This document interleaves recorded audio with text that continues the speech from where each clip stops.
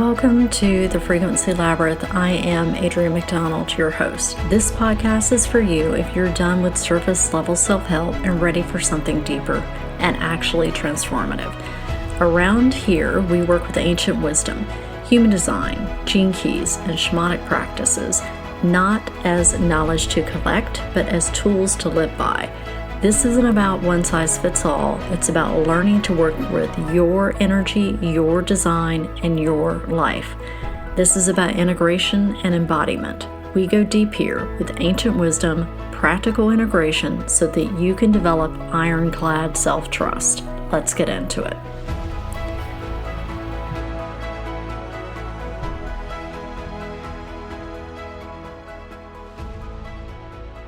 Hello, beautiful humans, and welcome back. Grab a cozy beverage. Today we're going to talk a little bit more in depth about the Frequency Labyrinth and also about the upcoming full moon in Scorpio that's going to be happening on Monday. I'm going to give you a few ways to work with that energy that will be building all weekend. So why frequency? Because everything is frequency. Every thought, every choice, every interaction, it's all vibrational. And I'm not talking about the fluffy, high vibes only. If you've been around a while, you know how I feel about that. I'm talking about that real resonance that comes from when you're living in alignment with the highest expression of yourself. It's like tuning an instrument. Not because you're out of tune necessarily, but because you're playing in the shadow frequencies instead of the higher expressions. Now, you can feel it, and so can everyone else. It shows up in conversations that feel awkward. You may feel stuck, projects that stall out, relationships that don't click. And that's not necessarily bad luck. That's if you're in resonance or not. And here's the thing, most people are living in the shadow frequencies of their design, hijacked by conditioning or societal expectations, other people's projections, living in the past, power loss, soul loss. It's like playing someone else's song on repeat and wondering why it's not working for you. It doesn't light you up. And that can be very frustrating. And when you feel that frustration, that is a clue. That is a universal clue for an opportunity to go inward and figure out like what's going on here. And that's where human design can come in and help, because it's an energetic map. It's like a tuning fork. It's how you get back to the expression of your highest frequency. Now, it's not the only tool. It's a tool. You can look at various different tools to help you with that. And at the end of the day, though, it's still all about getting you running optimally, operating from an optimal state. It's the one that's been there all along, buried under layers of conditioning, trauma, etc. And again, this is not necessarily about raising your vibration. It's about finding the one that's actually yours, the one that holds the highest expression of your energy. And when you are operating in that frequency, things move, opportunities show up, connections feel magnetic, not forced. And suddenly you're not grinding, you're flowing, and that's coherence. So we're going to go a little bit deeper into this, how frequency not only influences your life, but how it magnetizes or repels what you're calling in, and why most people are stuck in loops, not because they're doing it wrong, but because they're living in the shadow frequency of their design. And when you shift into that higher expression, it changes everything. Now, we're going to talk now a little bit about labyrinth, because frequency is the first step, but walking the path, well, that's where the real magic happens, right? Why labyrinth? Because it's not a straight shot. It's not a checklist. It's not a ladder where you're like climbing up and moving on to the next. It is cyclical. It's winding. It can make you think you're going in circles sometimes, but you could be actually spiraling into something deeper, closer to the core. And unlike a maze, which is designed to confuse and disorient, a labyrinth has a path, a defined path. No wrong turns, no dead ends, just you and the path forward.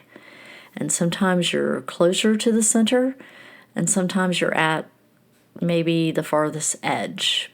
But the intention is that you're always moving towards the core truth and the core of who you are. And I feel like the labyrinth mirrors the journey through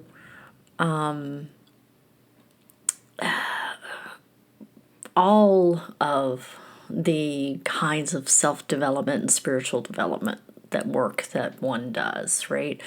You don't hack your way through it. You walk it, you feel it. Each step pulls back another layer, and you might go a couple of steps forward and a couple of steps back, and that's okay.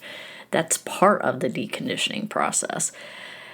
But more than that, it's this walk and reclamation of yourself. The more you walk it, the more you inhabit your true frequency. You're not fixing yourself, you're finding yourself.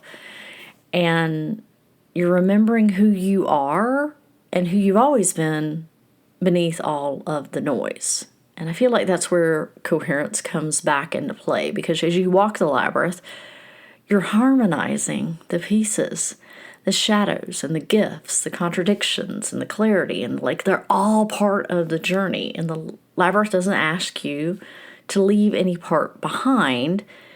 It asks you to bring it all in, to walk with it, to understand it, to contemplate it. Well, it can be complicated, but that's part of integration. That's coherence. I feel like this is also where the shamanic influence comes in, because a labyrinth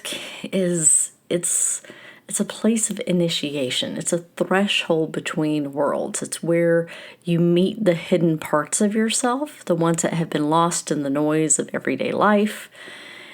And each step is it's a descent. It can be a descent into the underworld, shedding layers of identity and old stories and outdated beliefs.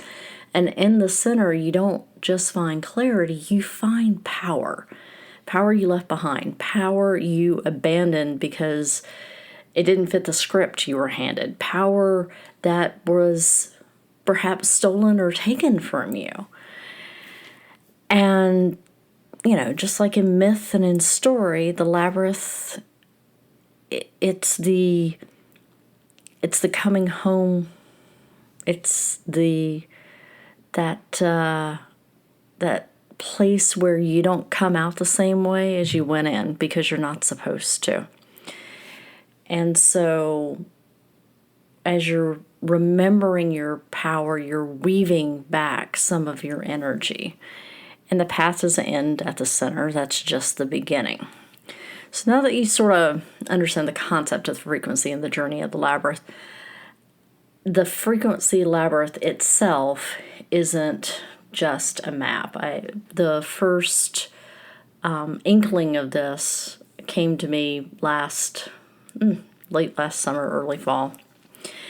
And I was thinking about how challenging it can be sometimes to really use something like a human design tool and do the integration work. And I was deep in my shamanic training at the time as well, and everything was starting to weave together.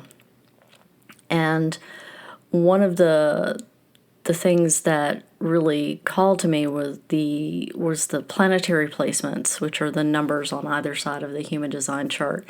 That I'm like, there's so much richness here that I don't think that people have a hard time integrating. Because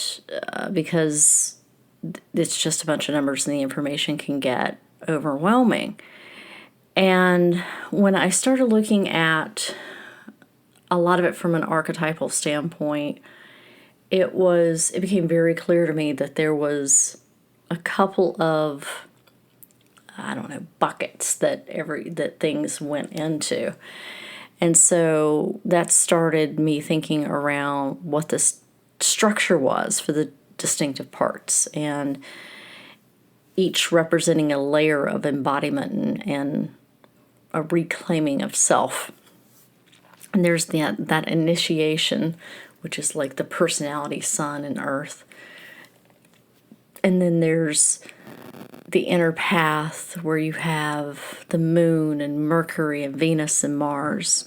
That's that inner landscape where your motivations, your voice, your values, your drive, and that's where you start to weave your internal energy into the outer world, learning to express and align and take action with clarity and coherence. And then you have the outer path, which is Jupiter and Saturn and Uranus and Neptune and Pluto. And this is the expansion and the transformation stage. And, Jupiter's where you grow and expand, and Saturn's where you master your craft, and Uranus is where you innovate and where you have your uniqueness. And Neptune is where you connect to the mystical and the unseen. And Pluto is where there's complete transformation, releasing what no longer serves you and stepping into a different version of yourself. And then you have the return path, where the nodes and Chiron. This is where you know where you have been and where you are going, and understanding your karmic lessons with the nodes and deep wounds with Chiron. And those become sources of strength. And it's the path of integration. And then the center being the incarnation cross, which is the culmination of the journey with the labyrinth. And this is the place where you fully embody your purpose, living out your design with more clarity and alignment. And each part of the labyrinth isn't something you just move through. It's something that it's this process that you're actively reclaiming parts of yourself and shedding those old stories and coming back into coherence with your original frequency. And I think that at least that's my intent. And the first part of this is the development of the Frequency Labyrinth report, so that you can know what your unique planetary placements are. And that is, it is been written, and it will be available for purchase soon. But it goes, this work goes beyond that. There are other things in the works that are coming. There will be opportunities to experience and walk through them together. And I just wanted to give you a peek of what that experience and thought process was. And in the coming weeks, I'll be diving into a little bit more into each section and talking about the archetypal themes and how they can uncover little bits of gold for yourself as we move through this. So, full moon in Scorpio. So, full moon in Scorpio is going to be the sun will be transiting in gate 23. And I believe the moon is going to be in gate 43 at the time that this lunation peaks. And at least that is in my time zone. So the full moon in Scorpio is illuminating, activating gate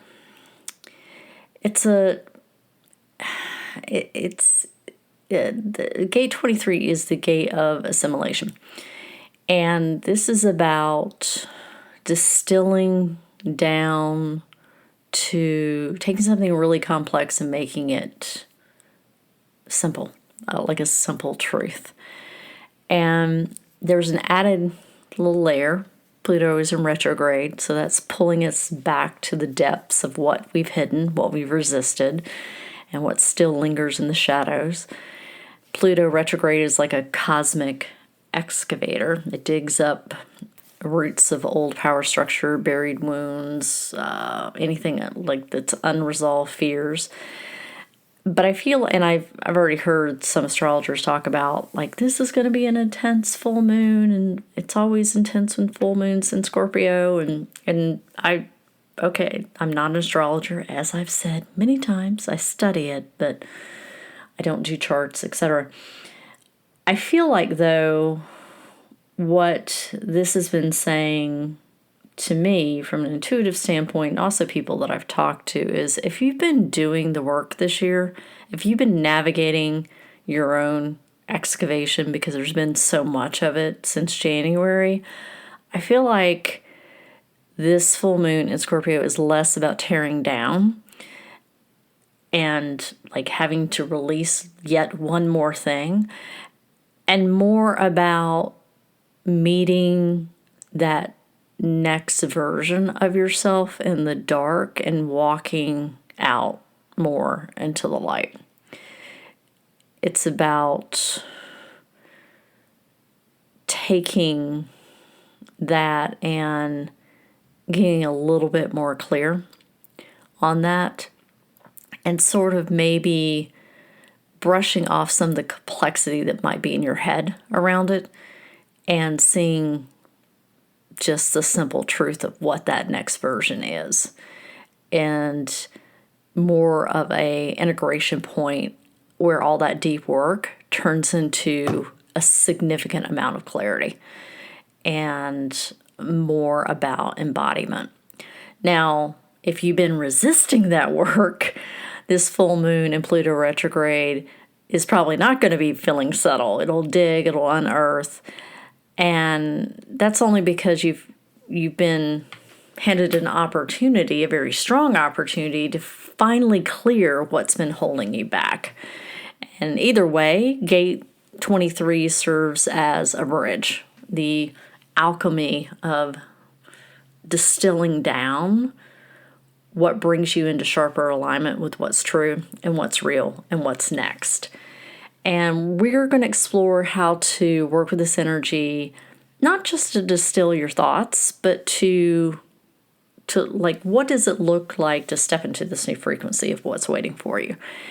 And this is not about excavating endlessly. It's about meeting that next version of yourself, the one that's been forming under the surface, waiting for that moment of simplicity, that alchemy of clarity.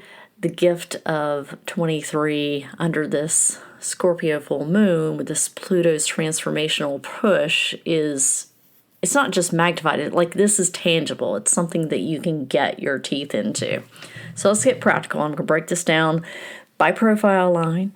So it'll give you some idea to work with what this full moon in Scorpio looks like in gate 23. Now, if you know where Scorpio is in your whole sign chart, that would probably be giving you a different lens to look through this. If you are on my mailing list, you will probably already have this information that will go out in my newsletter around this particular transit. So if you're not on my mailing list, you should be. So let's get into this. So line 1, this full moon is a powerful time for you to solidify something that you've been experimenting with. The energy is pulling up anything unstable, anything that's not rooted in truth. Gate 23's energy wants you to distill that down to what's essential, what needs to be stripped away. Simplicity is your ally right now.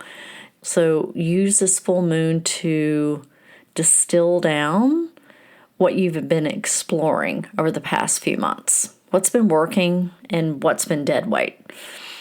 So line 2, this is about tuning into your own gifts and natural abilities. It's going to bring up areas where you've been downplaying your talents more than likely. It wants you to simplify your approach this is an opportunity to streamline some things. So no more overcomplicating what you're good at. It's time to recognize what you do best and let it shine. And perhaps, this is maybe an opportunity to look at operating in your zone of genius versus your zone of competence or your zone of excellence. Line 3s, my fellow line 3s out there. For you, we know it's all about learning through experience. The full moon may bring back old mistakes or missed opportunities. This is not to haunt you, but to give you more clarity. It may say, you remember this? This is where you could simplify what you are trying to do by cutting out the noise or taking this different path. What comes to mind for me is the stop trying to force things to do a way that you want it to be. Like, where's the flow that you're missing? Or what are you trying to force? Because that's really the energy of what I feel like this is. Like, you don't need to be enforced. You need to remember what's not worked and stop trying to control it. All right, so 9-4. So connections are foundation, and the full moon may reveal hidden dynamics or outdated relationships. It's particularly because this is Scorpio. Gate 23 is asking you to simplify who gets access to your energy and an opportunity to clean up your inner circle and make space for what truly or who truly supports your path. Line 5s. This is an opportunity to get clear on your messaging.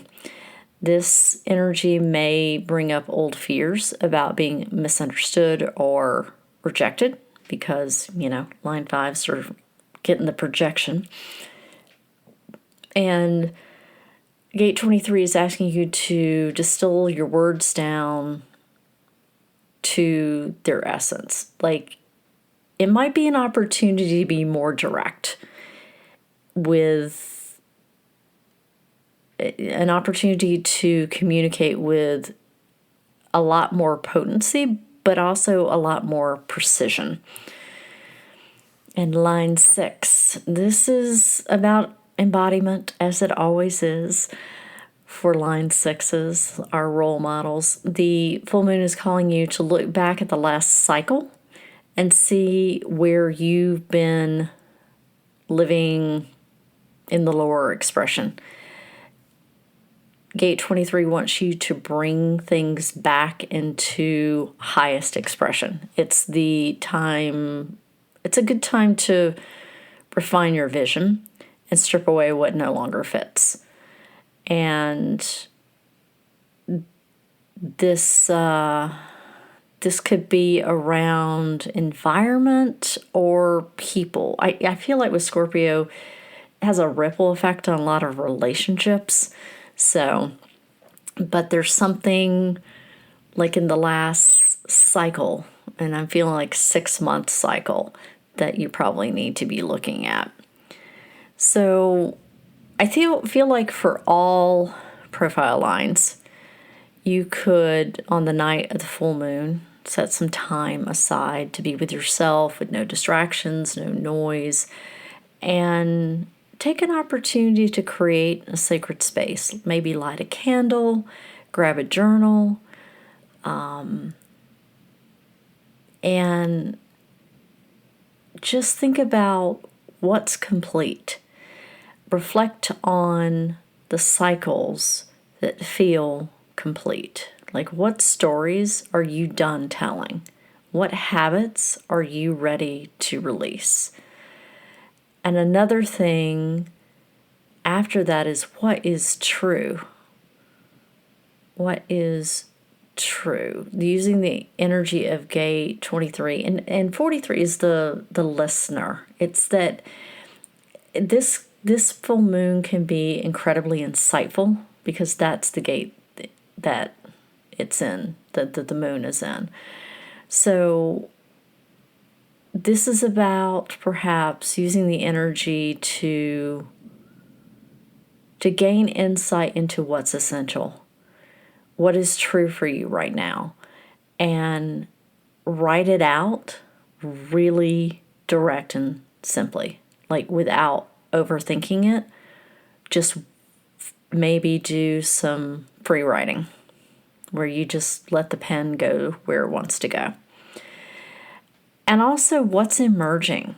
Like with the moon moving through gate 43, ask yourself what new ideas or visions or ways of being are emerging. And let this be a space for clarity, not perfection. And when you're done, close your ritual with a simple grounding practice, whether that's allowing your hands to sit on the earth or meditating or putting your feet in the grass, or simply 3 or 4 really deep breaths, and then close the space and allow the energy of simplicity and clarity to move through you so that it helps you anchor into that next version of yourself. In the coming weeks, I'm going to probably take pieces of the Frequency Labyrinth, the planetary placements, and do a little bit deeper dive into each one of those in the Frequency Labyrinth. So I look forward to connecting with you next time. And in the interim, remember to find beauty every day and seek the magic in the mundane. Thanks for tuning in today. As always, take what resonates, leave the rest. Let whatever landed move through you in whatever way it needs to or wants to. And also, if you want to explore more, you'll find more information in the show notes. If this episode stirred something in you, please share it out or leave a quick review. It helps so much and I really appreciate it. And remember, this work is about integration, and it always starts with self-trust.